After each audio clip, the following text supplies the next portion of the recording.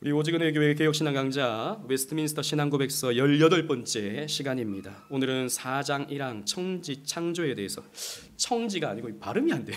천지창조에 대해서 우리 함께 살펴보도록 하겠습니다. 창세기 1장 1절 말씀을 다 같이 한번 읽어보겠습니다. 시작. 태초에 하나님이 천지를 창조하시느니라. 아멘.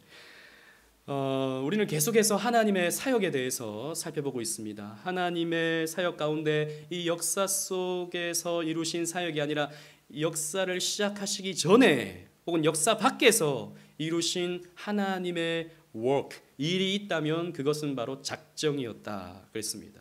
이 작정 가운데 특별히 하나님이 구원과 관련된 작정을 우리는 뭐라 그랬죠? 예정이라 그랬습니다. 이 예정은 크게 두 가지로 또 나뉘어지죠. 무엇과 무엇으로 나뉘어집니까? 선택과 선택과 유기로 이렇게 나뉘어진다 그랬습니다. 이제 그 선택과 유기, 작정에 대한 내용은 끝나고요. 이 시간 속에서 하나님이 하신 일, 그 첫 번째 일이 바로 천지 창조였다라는 것을 우리가 살펴보도록 하겠습니다. 창조에 관하여 우리 함께 4장 1항을 읽어보겠습니다. 시작. 성부, 성자, 성령이신 하나님은 그의 영원하신 능력과 지혜와 선하심의 영광을 나타내시기 위해 태초에 아무것도 없는 데서 온 세계와 그 가운데 있는 만물, 보이는 것이나 보이지 않는 모든 것을 엿새 동안에 창조하시기를 기뻐하셨는데 그 지으신 모든 것은 다 선하셨다. 자, 여러분, 성경의 첫 구절은 태초에라는 말이죠. 이것을 히브리어로 저도 쓸 줄 압니다, 이거를. 베레시트라는 히브리 단어인데요. 이 말은 사실 파자에 보면 어떤 뜻을 가지고 있냐면 시작에라는 말이에요. 시작에. 더 좀 구체적으로 설명을 해보면 시간의 시작에. 시간이 처음 시작될 때, 여러분, 시간이라고 하는 것은 유한합니다. 시간은 끝도 없이 흘러가는, 시작도 끝도 없이 흘러가는 게 아니라 시간이라고 하는 것은 알파와 오메가의 사이에서 흘러가는 유한한 것입니다. 그래서 우리가 바라보는 역사관은 유한적 세계관을 가지고 있어요. 유한적 역사관을 가지고 있어요. 그래서 하나님이 이 시간을 시작하시면서 하신 일이 바로 창조다라는 것입니다. 창조. 그럼 누가 창조하셨는가? 삼위 하나님이 창조하셨다라는 것이죠. 성부, 성자, 성령, 이 삼위 하나님이 함께 이루신 창조였다. 우리는 흔히 창조는 성부 하나님의 일인 줄로만 생각을 합니다. 왜냐하면 그냥 하나님이 이렇게 나오니까요. 그러나 여러분, 우리가 항상 삼위 하나님은 함께 일하신다는 것을 기억해야 하죠. 그리고 성경을 더 넓게 더 깊게 보면 성부 하나님만이 아닌 성자와 성령께서 함께 하신 것을 우리는 볼 수 있습니다. 요한복음 1장은 성자 예수님을 말씀으로 표현하죠. 태초에 무엇이 계시니라? 말씀이 계시니라. 시간의 시작에 누가 계셨다? 말씀이 계셨다. 그리고 그 말씀이 하나님과 함께 하셨다. 또 그로 말미암지 않고 이 세상에 나지 아니한 것이 없다라는 말씀이 나오죠. 그래서 말씀으로 표현하면서, 성자 예수님을 말씀으로 표현하면서 그로 말미암아 이 세상이 지어졌다고 요한복음 1장은 밝히고 있습니다. 여러분, 그 말씀은 누구라 그럽니까? 그 말씀은, 그렇죠, 예수 그리스도를 말씀이라고 표현하죠. 왜 예수님을 말씀으로 표현할까요? 예수님을. 말씀은 설명하는 것이죠. 그죠? 여러분, 뭔가를 설명하기 위해서는 말이 필요한 것 아니겠습니까? 설명한다는 것은 뭐냐면 드러내는 것입니다. 진실을 드러내는 것입니다. 그래서 하나님을 드러내시는 분이 누구시냐? 성자 예수님이시다라는 것이죠. 그래서 여러분, 예수님을 본 자는 누구를 보았습니까? 하나님을 보게 되는 것이죠. 예수님의 말씀을 듣는 자는 누구의 말씀을 듣는 것입니까? 하나님의 말씀을 듣는 것입니다. 그러한 면에서 말씀이라고 표현하고 있는데, 이 말씀이 창조했다, 말씀으로 창조했다라고 성경은 이 말씀을 중의적으로, 이중적으로, 하나는 예수 그리스도에 대해서, 그리고 또 말씀은 하나님의 어떤 권능을 나타내는 것이죠. 여러분, 불이 꺼져라! 그러면 불이 안 꺼집니다. 저의 말은 권능이 없기 때문이죠. 그렇죠? 그러나 하나님은 그런 말씀 안 하시지만 불아 꺼져라 그러면 불이 꺼져요. 하나님은 빛이 있으라 그러면 빛이 생겨납니다. 하나님은 물 위에 궁창과 물 아래에 궁창아 있으라 그러면 있어지는 것이죠. 하나님의 말씀은 권능이 있기 때문에. 그래서 이 말씀이라고 하는 것은, 이 창조에 있어서 말씀이라는 것은 예수님의 사역을 나타낸과 동시에 하나님의 권능을 나타냅니다. 아무튼 우리 시편 33편 6절 말씀을 보면요, 기운 루아흐라고 하는 표현이 나오는데요. 우리 시편 33편 6절 우리 밑에 있는 말씀 다 같이 한번 읽어보도록 하겠습니다. 앞에 있는 게 아니라 밑에 있죠. 다 같이 읽어보겠습니다. 시작. 여호와의 말씀으로 하늘이 지음이 되었으며 그 만상을 그의 입 기운으로 이루었도다. 자, 말씀으로 하늘이 지음 받았다. 즉 예수 그리스도를 통해서, 또 혹은 여호와의 권능으로, 그래서 그 입 기운으로 이루었다. 이 기운이라고 하는 말, 루아흐라는 말은요, 이 말이 신약적으로 어떻게 또 사용되냐 하면 성령의 역사를 의미합니다. 성령의 역사. 그러니까 말씀, 예수 그리스도, 기운, 성령. 하나님은 삼위 하나님께서, 성부 하나님, 성부 하나님과 성자 예수님과 성령 하나님이, 이 삼위일체의 하나님이 창조를 함께 이루셨다라고 하는 것을 이 시편 33편 6절 말씀은 가르쳐 주고 있는 것이죠. 그리고 아까 앞에서도 말씀드렸다시피 말씀으로 이루신 창조라고 하는 것은 하나님의 권능을 나타내는데, 여러분 어떤 기술자의 도움을 받거나 시간과 재료를 들여서 하나님이 이 세상을 만드신 것이 아니고 하나님은 단지 말씀만 하셨다라는 것이죠. 이것은 하나님의 절대하신 능력, 권능, 이것을 보여주고 있는 것입니다. 하나님의 말씀은 위대한 능력이 있어서 신묘막측한 이 우주도 거뜬히 만들어내실 수 있는 하나님이시죠. 말씀으로 창조하심은 이렇게 하나님의 위엄과 권능과 존귀함을 우리에게 잘 보여주는 것입니다. 그러면 하나님이 왜 이 세상을 창조하셨는가? 웨스트민스터 신앙고백서는 자신의 영광을 위하여 창조하셨다라고 말씀하고 있어요. 여러분, 하나님의 창조 목적은 하나님 자신의 영광입니다. 이 부분에 대해서는 우리가 많이 살펴보았지만, 그러나 또 한번 중요하니까 살펴보아야 되는데요. 하나님은 온 피조물과 하나님의 형상을 입은 사람의 찬송과 예배를 통해 영광 받으시기를 원해요. 여러분, 우리만 하나님을 예배하지 않습니다. 하늘도 하나님의 영광을 찬송해요. 시편 말씀 보면 하늘이 하나님의 영광을 찬송하고 하나님의 그 권능을 나타내심을 높인다라고 하는 말씀이 있지 않습니까? 여러분, 들에 피는 꽃들도 이렇게 그냥 흔들리는 것 같지만 하나님을 찬송하고 있는 거예요. 이 세상 만물이 다 하나님의 주시는 은택들을 누리고 있으면서 하나님을 찬송하고 있어요. 특별히 그 가운데 하나님의 형상을 입은 저와 여러분들이라면, 하나님을 아는 저와 여러분들이라면 하나님을 찬송할 수밖에 없죠. 그래서 하나님은 내 영광을 위하여 창조한 자들을 오게 하라 말씀하셨죠. 그리고 이사야 43장 21절 말씀에 나의 찬송을 부르게 하기 위해서 내가 저를 지었다라는 말씀이 있죠. 우리의 존재 목적은, 이 세상의 존재 목적은 하나님을 예배하고 하나님을 찬송하기 위함입니다. 그래서 여러분, 찬송하지 않는 입은 밥 먹을 자격이 없는 입이에요. 하나님을 경배하지 않는 몸은 그 사실 의미 없는 몸이다라는 것입니다. 존재 목적에 따라서 우리는 살아야 되는데, 그래야 가치 있는 삶이 사라지는데, 우리가 하나님을 찬양하고 예배하는 건 이만큼 중요한 것입니다. 그런데 여러분, 오해하지 마세요. 하나님은 무슨 영광에 갈급한, 칭찬에 갈급한 그런 하나님이 아닙니다. 얘들아, 나 좀 칭찬해줘. 얘들아, 내가 한 일을 봐. 이 아름다운 세상을 봐. 내가 창조했단다. 나를 좀 칭찬해 주렴. 나 잘했다고 좀 얘기해 주렴. 그러면 하나님 잘했어요. 그래, 아이고 내가 좀 마음이 시원하다. 이런 하나님이 아닙니다. 하나님은 영광으로 충만하셔요. 삼위 하나님은 삼위 하나님 사이에서 나누시는 그 영광과 그 찬송으로 영광이 흘러 넘치는 분이십니다. 흘러 넘쳐요.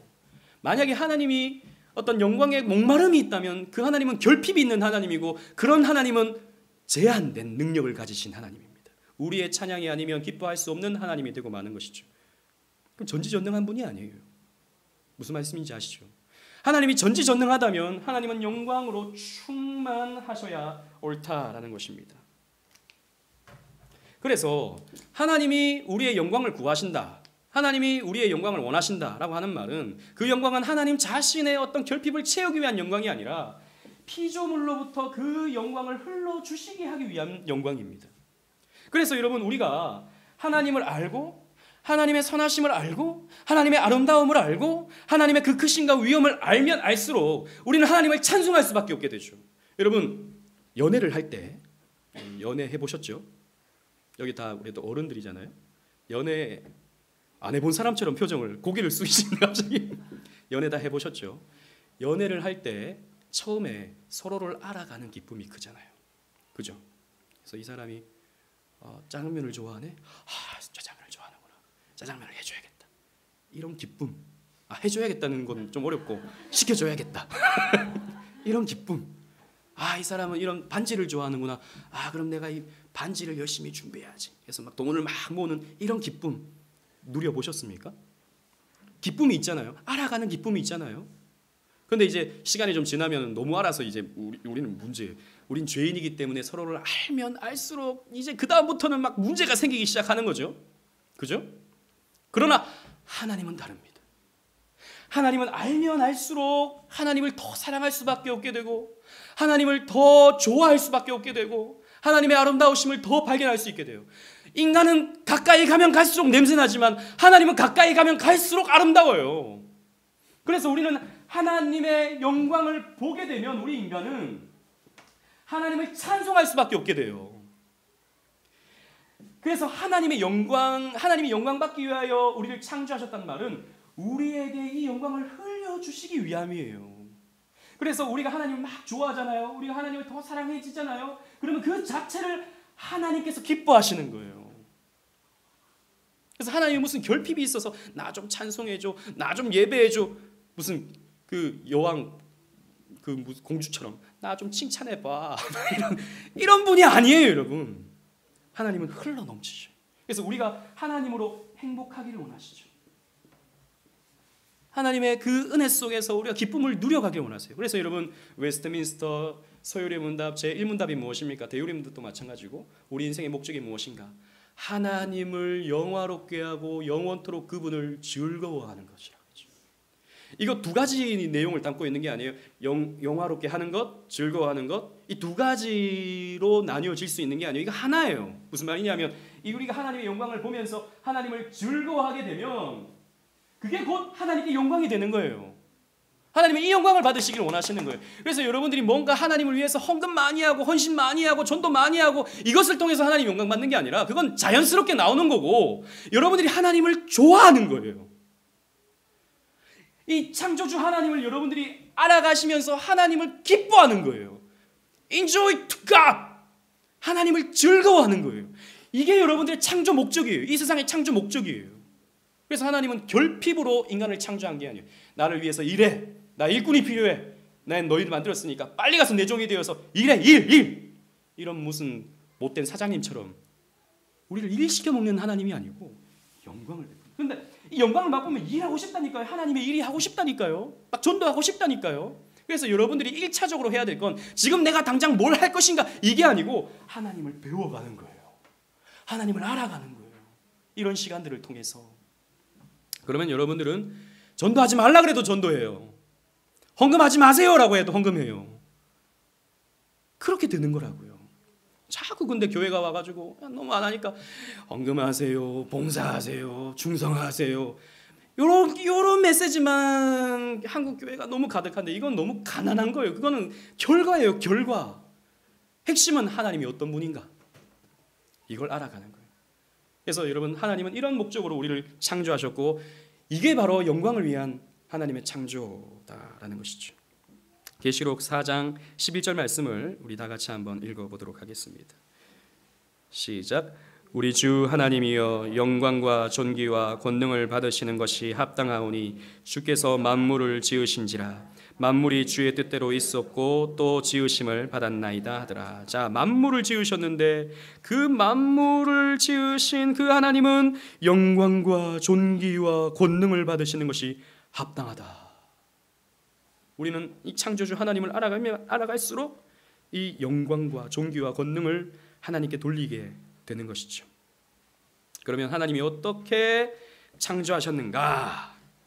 첫 번째, 뒤로 넘어가서 무에서 유로 창조하셨습니다. 즉 nothing, 아무것도 없는 상태에서 어떤 being, 존재로 창조하신 거예요. 무에서 유로의 창조는 과학적 사고를 뛰어넘는 창조입니다. 여러분, 세상에 그 어떤 것도 아무것도 없는 nothing, emptiness에서 being, 존재가 되게 하는 것은 이 세상에 없습니다. 자연 발생설, 한때는 이런 것들이 진화론을 주장하는 사람들 가운데서 무에서 유가 아무것도 없는 데서 생물체가 생겨날 수 있다라고 주장했지만 그 이론은 이미 폐기되었죠. 자연 발생이라고 하는 것은 없습니다. 그러므로 창조 신앙은요, 과학 자연주의를 부정합니다. 여러분, 철학자 가운데 스피노자라고 하는 철학자가 있죠. 네덜란드의 철학자인데, 스피노자라고 하는 이 철학자는 이 역사 속에서 처음으로 하나님을 자연으로 대치시킨 그런 철학자입니다. 그래서 왜 꼭 우리가 하나님을 믿어야지? 이 세상 만물을 보니까 이 자연의 원리대로, 자연의 어떤 순환에 따라서 이 세상에 존재가 생겨난 것 같고 이 세상이 이렇게 되어진 것 같은데? 라고 하는 생각을 한 자연주의자였던 것이죠. 그래서 이 사람에게 있어서 신이라고 하는 것은, 가시라고 하는 것은 자연입니다. 자연. 이게 이제 무엇으로 발전됐냐면 진화론으로 발전되죠. 그래서 진화론은 뭡니까? 오랜 시간을 이 자연이 흘러가게 되면, 이 시간이 자연 속에서 흘러가게 되면 점점 이 세상에 존재하는 모든 것들로 형성되어진다라고 믿는 거예요. 자연주의라고 하는 것은. 그래서 여러분, 이 자연주의에 빠지게 되면 어떤 자연의 원리, 자연의 어떤 패턴, 자연의 능력, 자연은 위대하다 이러면서 보게 되는 것이죠.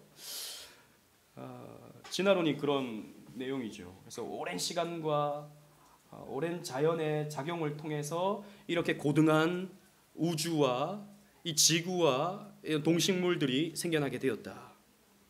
우리가 이렇게 존재하고 있는 이유는 자연의 그 흐름 속에서, 오랜 시간의 흐름 속에서 진화된 결과다. 이건 자연의 이치이지 하나님하고는 별 상관없다라고 보는 게 진화론이죠. 그러면 그들에게 있어서 자연이라고 하는 것은 신이 되는 것입니다. 여러분, 생각해 보세요.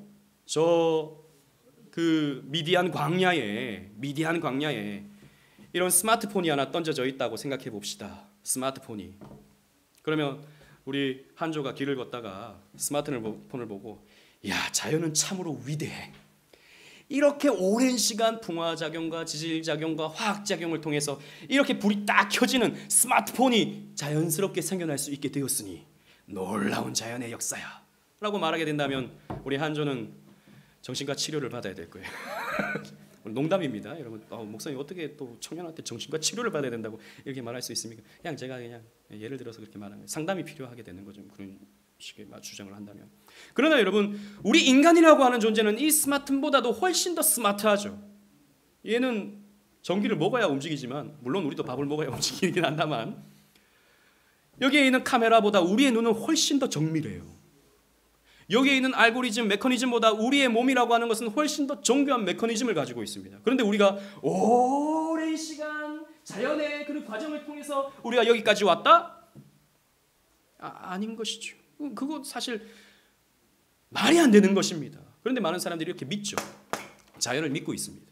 그들에게 있어서 자연이라고 하는 것은 신이 되는 것이죠. 여러분, 이 우주를 보세요. 이 우주는 태양계를 벗어나서 무슨 은하계 모든 것들이 놀랍도록 정교하게 컨트롤되어지고 있고 순환되어지고 있고 부딪히지도 아니하고 정확하게 365일을 우리가 공전과 24시간의 자전을 통해서 이루어지고 있잖아요. 이 모든 것이 시계보다도 훨씬 더 정교하다고요. 스마트폰보다도 훨씬 더 정교하다고요. 이게 그냥 되어졌다고요. 이게 그냥 자연스럽게 되었다고요. 그들에게 있어서 자연은 신이 되는 거예요.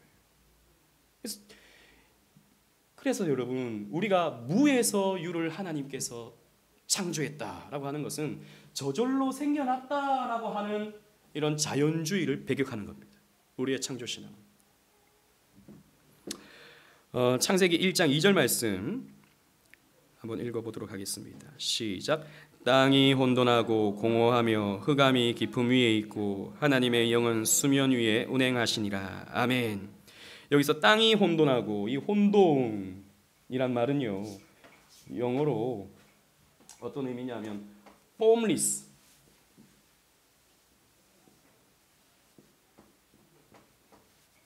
그러니까 어떤 그릇이 없다라는 것이죠. 그릇이 없다. 담을 그릇이 없다. 그리고 공허라는 말은 어떤 의미냐면 emptiness. 그러니까 내용물이 없다라는 거예요. 혼돈과 공허라는 말은 담을 그릇도 없고 내용물도 없다. 무슨 말이에요? Nothing. 아무것도 없다라는 말이에요. 그러니까 처음에 이 세상에서는 아무것도 없었다. 그런데 하나님이 빛이 있으라. 하나님이 궁창이 있으라. 궁창 밑에 물이 있으라. 말씀하셨을 때 그것이 생겨났다라는 것이죠. 저절로 생겨난 것이 아니라 하나님의 말씀으로 이루어졌다라는 것이죠. 그래서 여러분, 사실 하나님이 창조하실 때 6일 동안 창조하시잖아요. 참 신비합니다. 이것도 여러분, 성경은 굉장히 체계적이고 조직적이에요. 하나님이 첫째 날 창조하신 게 뭡니까? 이럴 줄 알았어요. 뭡니까? 첫째 날? 빛을 창조하셨죠. 둘째 날 뭘 창조하셨습니까? 궁창과 그리고 궁창 밑에 물 창조하셨죠. 셋째 날 뭘 만드셨습니까? 셋째 날까지는 제가 힘듭니다. 둘째 날까지는 잘 맞추셨는데, 셋째 날에는 뭘 만드셨냐면 묻과 바다를 가르셨어요. 그죠? 묻, 땅, 그리고 바다. 여러분, 이게 뭐냐면 그릇을 만드시는 거예요. 담을 그릇. 그리고 넷째 날 뭘 만드십니까? 해, 달, 별. 다섯째 날 뭘 만드시죠? 새와 물고기. 여섯째 날 뭘 만드시죠? 짐승. 그리고 사람. 뭐 이런 것들 다 만드십니다. 자, 보십시오. 빛과 해, 달, 별. 빛을 내는 해, 달, 별. 하늘을 날아다니는 새, 바다의 물고기. 그리고 무, 땅, 짐승과 사람. 정확하게 교체되죠. 그러니까 담을 그릇을 만들어내시고 그 다음에는 내용물을 만들어내시는 거예요. 하나님의 창조는 이렇게 질서 있게 창조하십니다.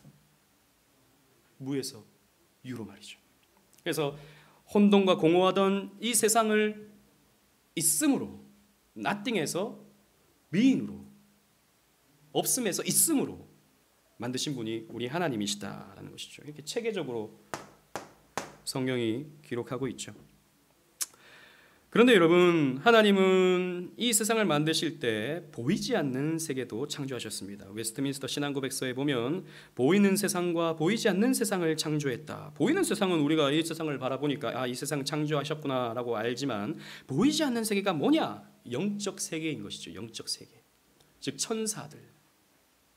그리고 그 타락한 천사들. 물론 타락하기 전에 천사를 하나님 만드셨지만 이런 천사들도 하나님이 만드셨다라는 것입니다.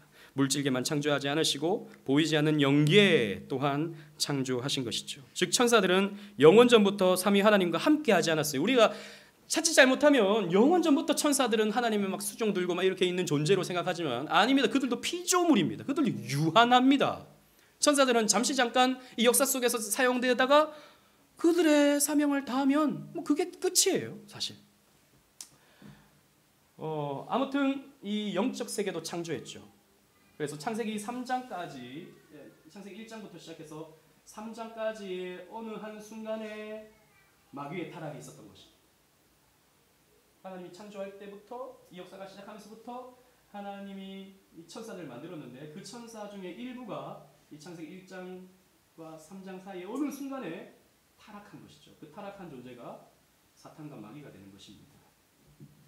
그래서 이제 뱀의 모습으로 하와에게 나타나는 거예요. 이 동산에 있는 실과를 다 먹지 말라 그랬어? 이렇게 거짓말을 하면서 먼저 타락했기 때문에 그렇게 접근할 수 있었던 것입니다. 시편 148편 5절 말씀, 여기 천사에 대한 내용이 앞절에 있고요. 그 5절 말씀입니다. 다 같이 읽어보겠습니다. 시작. 그것들이 여호와의 이름을 찬양함은 그가 명령하심으로 지음을 받았음이로다. 천사도 지음을 받았다. 원래부터 있던 존재가 아니라 그들도 지음을 받았다. 하나님의 영광을 위해 창조된 피조물이다 라는 것을 성경이 우리에게 가르쳐주고 있죠. 그리고 하나님은 이 세상을 엿새 동안에 창조하셨습니다. 교회는요, 전통적으로 6일의 창조를 믿어왔어요. 성경에서 첫째 날, 둘째 날, 셋째 날 할 때 이 날은 히브리어로 욤이라는 말이에요. 이 욤이라는 말은 성경에서 2000번 정도 사용되는데 대부분 24시간을 의미합니다. 그래서 우리는 첫째 날, 둘째 날, 셋째 날, 여섯째 날라고 말했을 때 그 6일로서 하나님이 이 세상을 창조하셨다라고 보는 것입니다. 아까 우리 그림을 그렸듯이 말입니다. 그리고 전능하신 하나님께서 6일 만에 이 세상과 우주를 만드실 못할 이유가 없죠. 여러분, 하나님이 6일 동안에 이 세상을 못 만드시겠습니까? 아니, 사실 하루 만에도 만드실 수 있죠. 그러나 하나님은 6일 동안 만드셨다는 것입니다. 이런 맥락으로 봤을 때 지구의 나이는요, 약 한 1만 년 이하로 추정이 돼요. 즉 아담부터 시작해서 지금까지 쭉 이어져 내려오는 몇 살까지 그런 거 있잖아요. 그래서 누가 누구를 낳고 누가 누구를 몇 살까지 살았는데 누가 누구를 낳고 이런 족보들을 다 계산하면 약 한 6,000년 정도의 시간이 나옵니다. 근데 이게 꼭 정확한가? 근데 성경은 생략한 부분도 있어요. 족보도 다 생략한 부분이 있고 뛰어넘고 이런 부분들도 있기 때문에 이 6,000년이 정확하다라고는 볼 수 없고 6,000년보다 조금 더 많은 그런 시간쯤으로 우리는 볼 수 있는 것이죠. 근데 문제는 뭡니까? 오늘날의 지질학의 발전으로 지구의 역사는 약 45억 년 정도 된다라고 하는 것이 일반 과학계의 정설이죠. 여러분, 우리 지질학 시간이나 대학 교양 여러분 혹시 들으실 때에 지구의 연대가 얼마쯤 되냐 그러면 약 6,000년이라고 쓰면 여러분들은 그건 교회에서 말하는 거지 라고 대답을 들을 것입니다. 그런 말을 들을 것입니다. 대부분 이 학자마다 좀 달라요. 지구의 연대를 보통은 46억 년, 45억 년 혹은 32억 년 이렇게 주장하는 사람들도 있는데 대부분 여기 나와 있는 대로 한 45억 년 정도를 지구의 역사다, 지구의 나이다라고 주장합니다. 여러분 생각해 보세요. 6,000년 대 45억 년. 여러분 우린 억 단위 넘어가면 계산이 잘 안 되니까 그죠? 그게 얼마나 큰 차이인지 모르는데 표로 이렇게 좀 나누어 본다면 과학에서 말하는 지구의 나이가 한 이 정도라면 우리는 요거 정도도 안 되는 거예요. 너무 큰 차이인 거예요. 너무 큰 격 차이인 거예요. 그러니까 문제가 발생하는 거예요. 아니면 몇만 년 정도 차이 나면 그냥 좀 이게 되겠는데 너무 큰 격차가 나니까 이게 이제 설명이 안 되는 거예요. 그리고 여러분 화석이라든지 이런 것들을 반감기를 계산해서 연대를 측정하면 보통 20억 년, 10억 년 전, 몇만 년 전 이런 거 나오잖아요. 공룡 파 보면은 이 연대 계산해 보면은 몇백만 년 전, 그 둘리 노래에도 몇만 년 전 이런 노래가 있잖아요. 근데 우리 성경은 막 길어야 만 년이라는 거예요. 그러니까 이게 문제가 되는 거예요. 그래서 여러분 오늘날 너무 큰 격차가 일어나니까 이제 타협이 시작됩니다. 어떤 타협이 되냐면 성경에 보면 첫째 날 이 욤이라는 히브리 말, 이 말은 꼭 24시간으로 볼 수 있냐? 이게 한 어떤 시대로 볼 수 있는 것 아니냐? 그러니까 첫째 날은 한 시대, 몇백만 년 혹은 몇 억 년으로 해석할 여지가 있지 않냐? 아니 이런 증거들이 있는데 파보면 이런 연대가 나오는데, 그러니까 이걸 한 24시간으로 보지 말고 이 욤을 한 시대로 보자. 시대. 이게 바로 나일 시대의 이론이라는 겁니다. 나일 시대의 이론. 요렇게 주장하는 사람들이 여러분 꽤 많습니다. 그리고 또 어떤 이론이 있냐면 창세기 1장 1절 2절은 하나님이 이 세상을 창조하셨다라는 말이 나오면서 3절에 가서 이제 하나님이 빛을 만드시거든요. 그러니까 1절 2절 사이에 아주 큰 간격이 있다. 몇억 년의, 몇십억 년의 어떤 간격이 있고, 그 시간 이후에 이제 성경 역사가 이제 시작되어서 첫째 날, 둘째 날, 셋째 날 되어지고 역사가 이렇게 왔다라고 주장하는 간격 이론도 있습니다. 이런 간격이 있었다. 그러니까 이 사람들이 하는 말이 늘 어떤 말을 하냐면 이렇게 주장하는거나 이렇게 주장하는거나, 하나님에게는 하루가 1000년 같고 1000년이 하루 같더라. 그러니까 하루를 꼭 24시간이라고 생각하지 말고 이러한 오랜 시간을 통해서 이 지구가 이렇게 형성되었고 지금 우리 이렇게 살고 있다. 그러니까 성경과 과학을 이렇게 믹스시키는 것이죠. 믹스. 그러면요, 이 사람들의 이제 주장이 뭐냐면 이런 것입니다. 이 사람들의 주장도 설득력이 있어요, 여러분. 무슨 말이냐면 하나님은 우리에게 두 가지 책을 줬다는 거죠. 두 가지 책.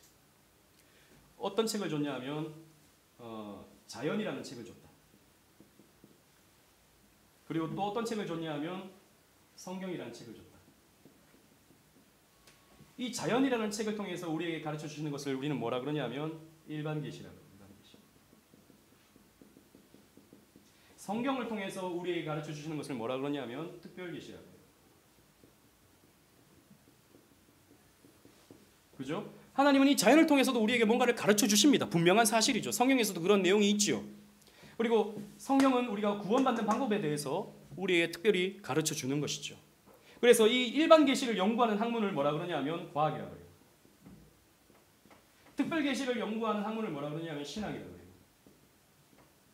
둘 다 하나님이 주셨기 때문에, 이 자연의 저자와 성경의 저자가 하나님이시기 때문에 두 개는 모순이 될 수 없다라는 것이죠. 모순, 등기를 쓰면 안 되죠. 모순이 일어날 수 없다라는 것이죠. 그래서 이 과학과 신학을 우리가 적절히 같이 이렇게 이해하는 것이 필요하다라는 것이에요. 그러니까 과학에서는 오랜 역사가 주장되어지고 신학에서는 짧은 역사가 주장된다는 것이죠. 근데 과학의 역사가 너무 증거가 많아. 그러니까 이 신학과 과학을 절묘하게 조화시켜서 오랜 지구 연대를 주장하는 사람이 여러분 대부분입니다. 오늘날 교회에서는 대부분이에요. 미국 교회에서는 근본주의자들, 성경을 문자적으로 읽는 세대주의자들과 그리고 안식교도 사람들은 굉장히 성경을 문자적으로 보죠. 그래서 그 사람들은 안식일날 성수하라 그랬지 무슨 주일 성수하라 그랬냐 해서 그 사람은 아직도 안식일 성수를 하잖아요. 문자적으로 봐서 그렇습니다. 그 사람들을 제외하고는 대부분 오랜 역사 연대를 믿고 따르고 있어요. 심지어 개혁파 신앙을 주장하는 신학자들 중에서도 제가 아는 많은 신학자들이 이 오랜 역사 연대를 주장하고 있어요. 그래서 오늘날 신학계에서는 이 짧은 연대를 주장한다 그러면 왠지 좀 순진한 사람으로 취급하는 경향이 없지 않아 있어요.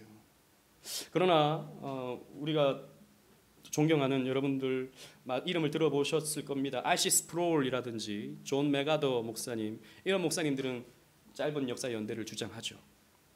왜냐하면 이렇게 성경을 보기 시작하면 우리는 너무나도 많은 타협을 하게 돼요. 결과적으로 그럼 과학이 뭘 주장합니까? 진화론을 주장해요. 그러면 여기서 창조를 주장하죠. 그래서 이 사람들이 요즘 한국 교회의 가장 큰 이슈가 뭐냐면 유신론적 진화론. 이 무슨 글씨인지도 모르겠어요. 유신론적 진화론을 지금 한국 교회에서 굉장히 많이 지지하고 있어요. 지금 신학계에서는요, 이 문제가 굉장히 큰 이슈입니다. 이 두 가지 책을 하나님 주셨다. 조화되어야 되지 않느냐? 진화의 증거는 이렇게 많다. 그러면 하나님이 진화도 간섭했다고 믿으면 되는 것 아니냐? 라고 주장하는 것이 여러분 오늘 한국교회의 주류입니다. 안타깝게도. 근데 목사님들이 말을 못해요. 왜? 예전에 하나님이 이 세상을 6일 동안 창조했다고 다 가르쳐놨는데 또 오래됐다라고 말하면 권위가 없잖아요. 권위가. 그러니까 그걸 생각하면서도 그렇게 설교를 못하는 비겁한 목사들이 오늘날 너무나도 많은 거예요. 죄송하지만, 비겁하다 그래서 죄송하지만. 근데 여러분 생각해 봅시다. 진화론이 일반 계시일까요? 아니에요. 왜냐하면 진화론이라고 하는 것은 여전히 가설이거든요. 진화론이 증명된 적이 있습니까? 진화되어지는 그런 광경을 여러분 보신 적이 있습니까? 검증된 적이 있습니까? 확인된 적이 있나요? 지금도 진화되고 있는, 그러니까 인간과 원숭이의 중간 단계가 지금도 발견되고 있나요? 없어요. 원숭이가 있고 인간이 있지. 그죠? 이 중간 단계에 뭐 유인원 비슷한 그런 존재가 없다니까요. 그러니까 진화론을 증명하기 위해서는 무엇이 필요하냐 하면 실험이 필요해요. 지금도 그렇게 되어지는가? 동일한 조건에서 그런 일들이 이루어지는가? 근데 이건 실험할 수가 없어요. 왜? 진화가 하나의 종에서 종으로 변하려면 수십만 년이 필요해요. 수십만 년. 이거는 검증할 수도 없고 확인할 수도 없어요. 이게 어떻게 일반 계시가 될 수 있습니까? 일반 계시가 될 수 없다라는 것이죠. 물론 여러분 신학도 마찬가지로 성경의 권위와 같은 그런 교리 이런 것은 없습니다. 이것도 약간의 오류가 있을 수 있고 오해가 있을 수 있죠. 그래서 우리는 겸손이 필요해요. 겸손이 필요합니다. 신학에서도 겸손함이 필요하고 과학에서도 겸손함이 필요해요. 아까도 말씀드렸다시피 지구의 연대가 45억 년이라고 주장하는 사람도 있고 46억 년이라고 주장하는 사람도 있고 32억 년이라고 주장하는 사람도 있는데 이거는 그때마다 바뀌는 거예요. 이거는. 그래서 새로운 주장을 하는 뭐 이 우주 팽창론 이런 것들을 통해서 내가 지금 보니 지구의 역사가 한 60억 년 됐더라 라고 누군가가 주장하고 그것이 설명되어지면 그 사람은 노벨상 받는 거예요. 그 사람은. 새로운 이론이 만들어지기 시작하면 변하는 겁니다. 변하는 거. 이렇게 변하는 것이 어떻게 일반 계시가 될 수 있고 변하는 것이 특별 계시가 될 수 있습니까? 그게 아니다라는 것이죠. 물론 우리는 이것을 통해서 과학을 인정하고 신학을 인정할 뿐이죠. 이 과학 자체가 진리는 아니다라는 것입니다. 그렇기 때문에 우리는 성경은 성경대로 믿는 것이 필요합니다. 만약에 이 유신론적 진화론으로 가면 제가 다음 주는 아니고 그 다음에 또 우리 인간 창조에 대해서 말씀드릴 텐데 그 전에 이제 진화론에 대해서 여러분들과 조금 이렇게 공부하는 시간을 가지려고 해요. 수많은 문제들이 일어납니다. 성경 자체가 우리 교리가 다 무너지는 결과가 일어납니다. 위험한 것이죠. 그래서 여러분 이 유신론적 진화론으로 가는 데 있어서는 우리는 굉장히 경계해야 돼요. 그래서 최근에는 그래도 이 부분에 대해서 목소리를 내는 데가 교단이 있다면 합신교단입니다. 그래서 작년에 합신교단이 총회에서 결의를 했죠. 우리는 6일의 창조를 믿는다. 왜냐하면 그 안에서도 너무 많은 합신교단 안에서도 오랜 역사 지구를 주장하는 사람들이 많기 때문입니다. 그래서 최근에 세물결 플러스라는 그 출판사가 있어요. 거기에서 나오는 책들이 대부분 유신론적 진화론을 주장하는 책들입니다. 기원론. 그래서 저도 굉장히 흥미로워서 많이 봤죠. 그러나 그런 교리들을 하나씩 우리가 보기 시작하면 우리의 교리가 설 자리가 없습니다. 우리가 기존 믿고 있던 신앙이 다 무너집니다. 그러면 아담부터 이제 문제가 생기기 시작해요. 그럼 아담이 진화된 어느 정도 진화된 그런 존재라면 다른 그런 존재들도 있을 거 아니에요. 그럼 그 사람들은 어떻게 되는가부터 시작해서 문제가 많이 발생하기 시작합니다. 그건 다음에 우리 한번 살펴보도록 하겠습니다. 그래서 합신 같은 경우에는 우리 6일의 창조를 믿는다. 그러면 이렇게 오래돼 보이는 건 뭐냐? 이 45억 년 정도 돼 보이는 이 지구는 뭐냐? 오래돼 보이는 지구를 하나님이 창조하실 수 있는 거예요. 여러분, 아담을 하나님이 아기로 창조하셨나요? 어른으로 창조하셨나요? 헷갈리십니까? 이것도 헷갈리십니까?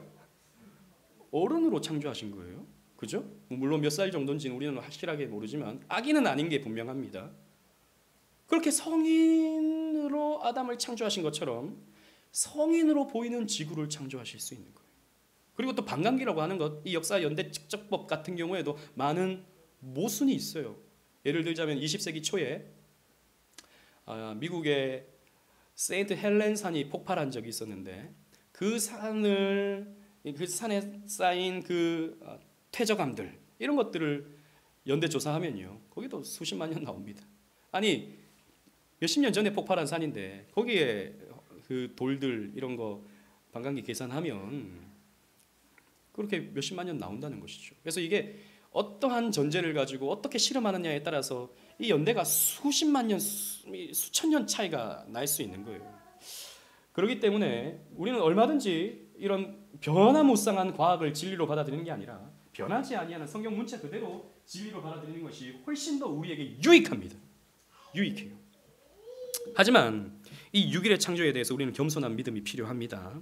성경의 기록으로 무리하게 과학적 설명을 하려 해서는 안 된다는 말이에요. 이 말은 무슨 말이냐면 여러분, 창조과학회의 사역은 굉장히 귀중하고 필요합니다. 그러나 여러분, 창조과학회의 주장은 결국 과학이에요.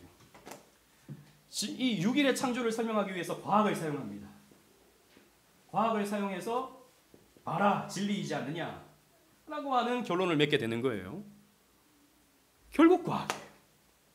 그래서 우리는 성경 말씀을 보고 믿으면 되는데 자꾸 이게 긴가민가 하니까 과학의 도움을 받으려고 그래요.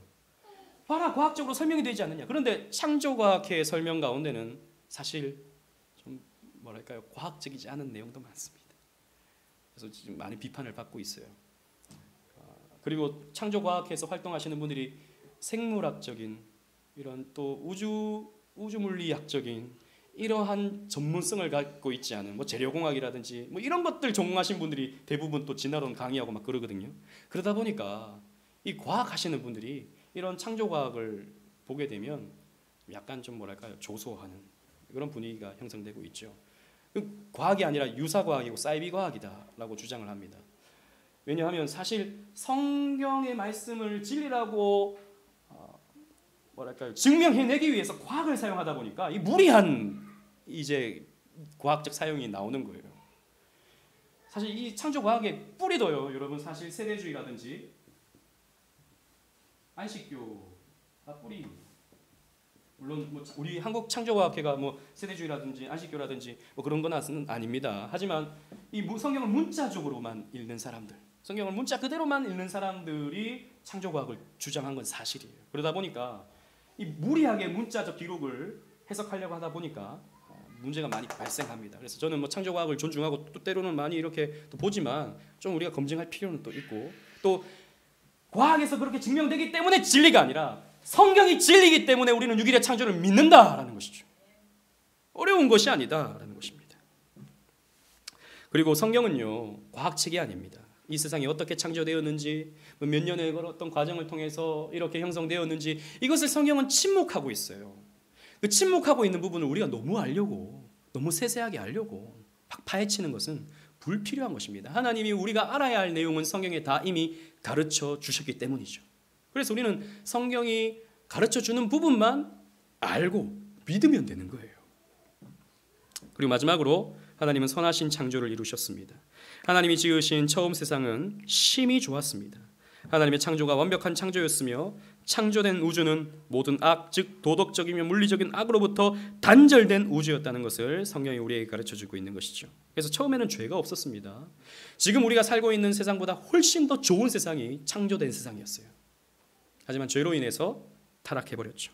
그래서 우리는 그때가 어떠한 모습이었는지 우리로서는 상상하기 힘든 그런 세상이었고 우주였습니다. 창세기 1장 31절 말씀을 다 같이 한번 읽어보도록 하겠습니다.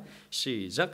하나님이 지으신 그 모든 것을 보시니 보시기에 심히 좋았더라. 저녁이 되고 아침에 되니 이는 여섯째 날이니라. 아멘. 저녁이 되며 아침이 되니 첫째 날이 그러니까 날이죠 날. 이 여섯째 날이다. 심히 좋았다라는 말씀이 있습니다. 그래서 처음의 세상은 이러했다라는 것이죠. 과학적 발전으로 많은 진화론적 증거들이 창조 신앙을 공격하고 있습니다.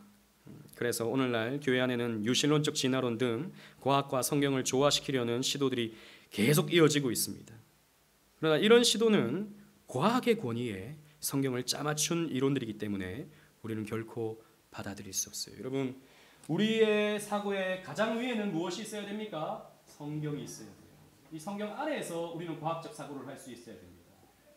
여러분, 과학 필요합니다. 하나님은 과학은 우리에게 주신 일반 은총의 영역이에요. 우리는 과학을 통해서 이 원리라든지 이 자연 원리라든지 이런 것들을 분명히 알고 깨달아야 됩니다. 하지만 과학이 성경을 앞설 수는 없습니다. 과학이. 성경은 그 자체로 특별 계시이고 진리이지만 과학은 일반 은총 속에서 사람들이 어떤 실험과 과정을 통해서 발견해낸 이론들일 뿐인 것이죠. 이 과학을 가지고 성경을 해석하려고 하는 것 위험천만한 일인 것이죠. 그러다면 자연스럽게 자유주의로 갈 수밖에 없는 것입니다. 자유주의. 그래서 우리는 이러한 이론을 받아들일 수 없어요. 우리에게 있어서 최종의 권위는 오직 성경밖에 없습니다. 그러므로 우리의 사명은 이 세상이 어떻게 창조되었는지 성경 신학적이고 철학적이고 과학적인 연구를 통해 계속해 나감으로 우리의 신앙을 변증해 내야 됩니다. 그것이 21세기를 살아가는 우리의 사명일 수 있겠죠. 그래서 저는 우리 교회가 이런 창조 신앙을 가르치기 위해서 자꾸 과학을 가지고 설명하려는 것은 무리가 많다고 생각해요. 자꾸 뭐 창조과학 이런 걸 가지고 해보니까 이렇더라, 봐라 진리잖아, 이렇게 하는 것은 굉장히 위험할 수 있다고 생각합니다. 그럼 우리가 뭘 가져야 되느냐? 저는 창조 신학을 가져야 된다고 생각해요. 그러니까 성경에서 가르쳐주는 창조의 의미, 창조의 내용을 우리가 깊이 공부함으로써 우리가 창조함을 받았고 하나님은 우리를 이렇게 만드셨다라고 하는 것에 감사할 수 있는 창조 신학을 우리는 정립해야 되는 것이죠. 이게 저와 여러분들의 사명일 것입니다.